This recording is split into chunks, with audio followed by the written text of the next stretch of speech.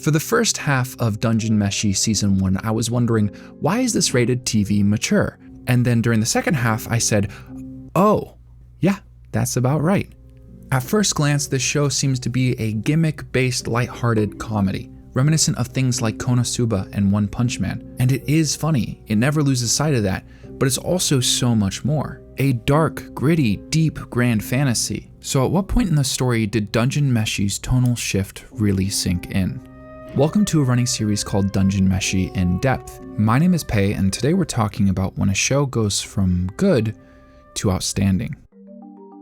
Anime has a long history of deep, dark, sudden twists. This medium is filled with famously dark moments that can easily be pointed at with a single screenshot.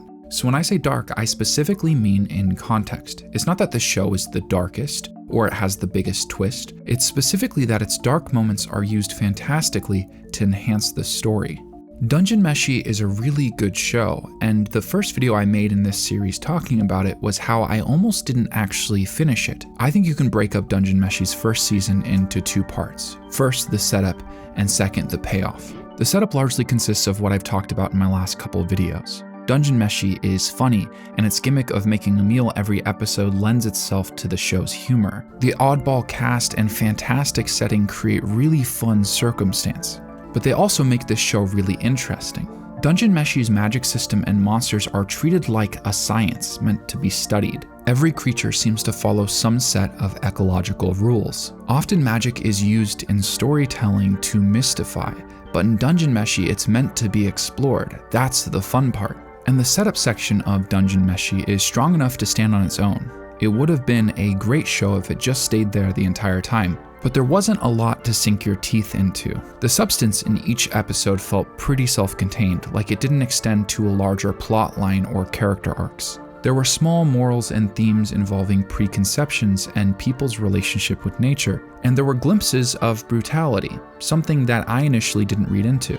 And it could have stayed this way, but it didn't. All the exposition and information that's being shown to the audience throughout Season 1 of Dungeon Meshi is used to great effect, because in the second half, we get the payoff. This show is so much more than just funny and interesting. It's dark and at times brutal, with a fascinating through plot and adventure that sneaks up on you. Now I think this all fully comes into fruition in one scene, that much like this show, requires a lot of setup. So let me give a roadmap. The scene I want to talk about today is the payoff, but there's a couple things we need to talk about beforehand. Starting first with these small moments. Dungeon Meshi's dark tone is a little bit like when you're outside on a sunny day before it starts to rain. It's easy to second guess the first couple droplets that hit you, but then there's a turning point when it's clearly starting to rain. But that isn't the peak, the downpour is. There are a couple examples from as early as the first episode. Take when Marcel gets ambushed by a slime, commonly referred to as one of the weakest creatures you can face in JRPGs and other games. The slime in Dungeon Meshi is much more menacing, an ambush predator that covers your face with this highly viscous fluid, slowly suffocating as it fills your mouth and nose, forcing you to stare out at a blurry green world around you as you choke to death. Marcel's first death was to a slime, because in this dungeon, people can be brought back to life. This is a recurring motif, with multiple deaths that we actually see in the show. In episode 3, the primary characters in this story are forced to face off against living armor, which is the monster that killed Laios, the story's main character, for the first time in the dungeon. He kinda quickly brushes past the fact that seeing armor for a while after that terrified him. These are small droplets of the dark tone this show will engage in, because contrary to how this video kind of portrays it, if you've watched Dungeon Meshi, you know how much this show prioritizes its humor. These are small moments between gags and fun dynamics, something that adds a little bit of grit and texture. And this isn't foreign to other anime. Shows are generally unafraid to throw extremely dark moments into the mix out of the blue. Maybe it's because animation as a medium dulls intensity, or tradition from previous shows, but dark moments in anime are sometimes used a little recklessly, which is why I wanted to make this video highlighting how expertly Dungeon Meshi mixes these moments into the story. Because in witnessing all these fleeting little dark moments in the first half of Season 1, a question starts to form, one you may not even really consider until later in the story. What is it like to repeatedly experience death? Is it traumatic, terrifying, and painful? Because I find myself scared of bee stings, let alone something like losing a leg. Now, there's no way for me to really explore these upcoming scenes without some spoilers. I think this story is much more about its execution than any specific twist or turn. But I want to include this warning for anyone that's actively planning on watching the show who hasn't yet. So let's talk about the first setup scene, one that was really close to perfect. The A-plot in this story is Laios and the party going to save his sister before she's digested by a dragon that should be hibernating. This is a really cool example of how the first half of the series sets up the second half's payoff. The exploration of the dungeon's ecosystem is fun and interesting, but it also serves as a foundation for the second inciting incident, because dragons seem to follow rules of gigantism, where large carnivores have to find ways to be more energy efficient, often relying on things like hibernation or slow digestion. So when the dragon isn't resting when it should be, that's a bad sign. That creates a sense of urgency. This forces the party into a tough fight versus the dragon. They spring a trap that fails. Then they struggle to find a way to access the dragon's weak point on its upper neck. Things are falling apart, tension's rising, but there's a lot of humor mixed in. I think this scene could have been better built around tension. There are tons of scenes that break its momentum, which is a shame because the way it ends is fantastic. Laios launches himself recklessly at the dragon. He holds on to its head as he's slammed against the wall. Slow motion and increasing silence are used to emphasize the moment as he sticks his leg into the dragon's maw. It gets caught at the knee, allowing him to hang freely and stab at the dragon's weak point. With the piercing blow, the dragon dies, and he falls, missing his right leg. It's a surprisingly brutal scene, but it doesn't really have any immediate consequences. With magic, they reattach his leg, but then they cut open the dragon, and they find Fallon has been digested completely. Only her bones and staff remain, and no normal source of magic will be able to bring her back. But luckily, Marcille, the group's mage, doesn't secretly study normal magic.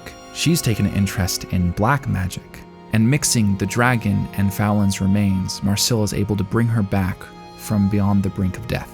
And in using this magic, the story will face its first major consequences since the inciting incident. But first, the party celebrates. Reunited with someone they deeply love that they thought was beyond reach. They spend a night celebrating, they share a meal, and they fall asleep in the same room, before Fallon wakes up under a state of hypnosis and leaves through the window. And the next time we see her, this happens.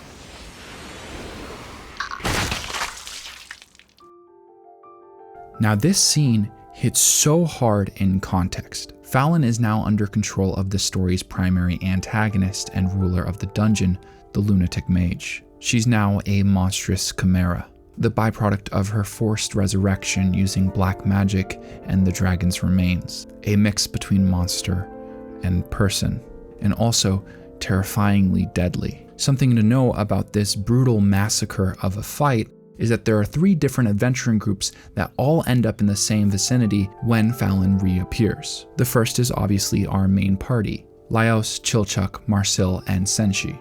Then there's a second group led by a highly skilled but incredibly inexperienced adventurer named Kabaru. And finally, a group led by a former party member, someone that was there during the initial inciting incident when Fallon was lost. Something to know about his group is that they've been represented so far as being highly capable.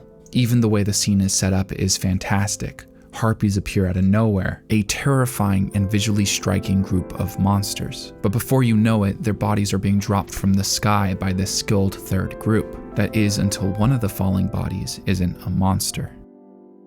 It's this amazing shift in tone that comes out of nowhere, and it introduces Fallon in her new form.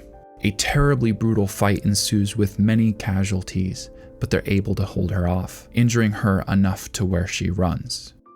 Dungeon Meshi's story starts with ruin. The party loses so much, and the first half of the season is spent with them clawing their way back up to normalcy. They're working against the clock. Some of their party members resign, and they don't have access to resources or food. Because they start in such a tough place and they're working at a disadvantage, there aren't many consequences being thrown their way. When people get injured, it gets healed. Their lack of resources force them to be innovative, but they consistently find a way.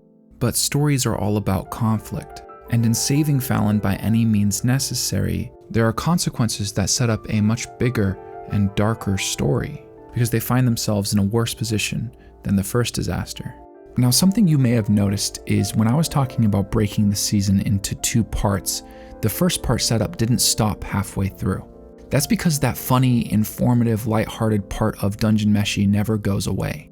It's actually beautifully mixed in with the deeper, darker fantasy plotline, all while maintaining a fun, optimistic, and still in many ways dark tone. I think it's kind of the final evolution of what makes this story so special. Character arcs start to become more apparent, we're given more information and depth. After this scene, the show becomes so much more of what I am interested in storytelling. The moment where it went from good to great. Thanks. I'll see y'all next week.